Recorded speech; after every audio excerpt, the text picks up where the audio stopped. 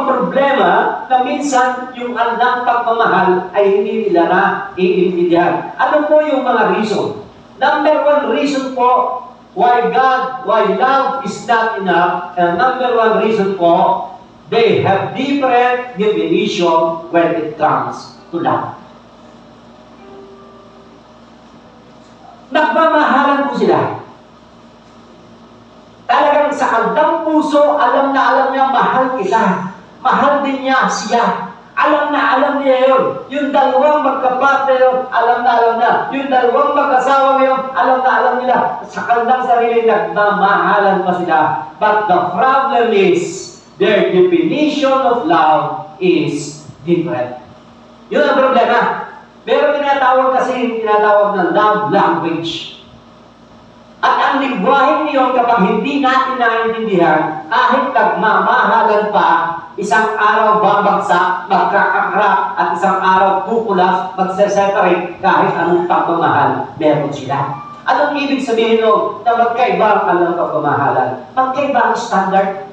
Magkaiba ang panantayan. Sa lalaki, pag ipinakita niya na nagbigay siya ng rose, nagbigay siya ng mga chocolate sa babae, ang akala nung para sa kanya, ito na yung simbolo ng pagmamahal. Ito na talaga.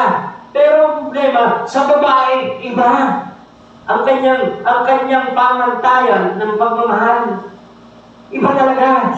Kinabukasan, wala na uli yun. Kasi ibang magbilang ang babae, ibang magbilang ang lalaki.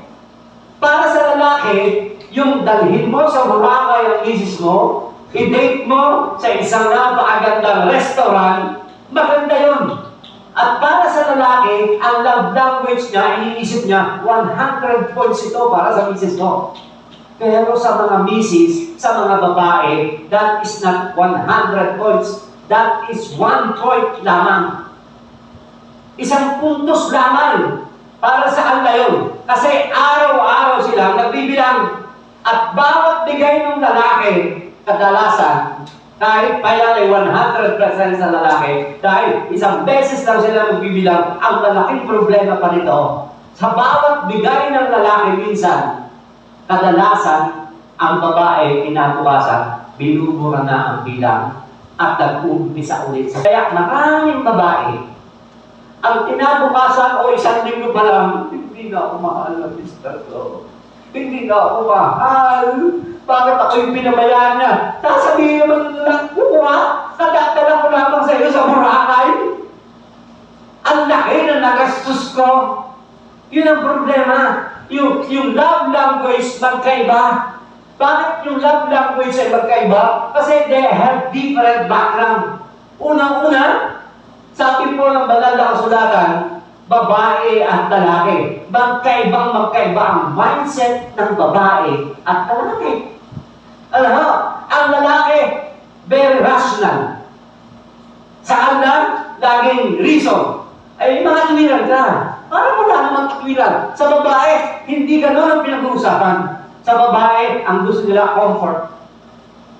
Ang gusto nila nilalambing. Ay, sa lalaki, iba. Kaya bakit marami mong babae at lalaki lagi nagsasabi, bakit ganyan kayo mga babae? Yung lalaki ng mga babae, bakit ganyan kayo mga lalaki? Bakit ganyan kayong mag-isip?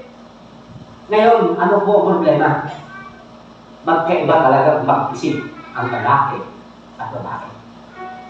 Ang tanong, gusto mo pala ng ugali mong babae, bakit ang pinakasalan mo ay babae? Kita niyo yun? Gusto mo pala yung ugali ng babae, bakit pinakasalan mo yung lalaki? Gusto mo pala yung ugali ng lalaki, na ikaw lalaki, ang gusto mo yung katulad mo, abay, pakasalan mo ang sarili mo. Diba ba? Now, yun ang malaking problema minsan. Kaya dapat nagkakaroon po ng tinatawag na magandang komunikasyon. Ipaalam sa mga, huwag yung panghulain ng isa't isa. Huwag niyong panghulain. Kami mga lalaki, huwag niyong panghulain. Sabihin niyo ang gusto niyo. Pero, alam niyo, minsan, kahit sinabi mo na ang gusto mo, anong ginagawa? Eh, ginawa mo lang naman yan dahil sinabi mo eh. Diba? Minsan, hindi mo alam. Ano, hindi mo alam. Pero ano talaga ang nakapagpapatibay sa relasyon? Ano? Ang problema, definition of love. Ha? Yun talaga. Kailangan may magkaisa sa definition of love. Kasi kung hindi, magkakagulo kayo. Ha? Kaya tingnan nyo mabuti ang inyong karelasyon. Ano? Pag-aralan mo ang kanyang love language. Pag-aralan mo ang love language ng lalaki. Ang language ng lalaki, okay na, basta alam ko, may tiwala ka sa akin, okay na yun. You believe in me, okay na sa akin yun. Kahit hindi mo nga ipakita ang pagmamahal mo, ang kailangan mo lamang, may tiwala ka sa akin, naniniwala ka sa akin, kakayahan. Ganyan katindi ang lalaki. Sa babae naman iba, ang love language niya iba. Okay? Ipakilala mo lang sa akin, ipadama mo lang sa akin na mahal mo ako. Yan lamang ang gusto ko.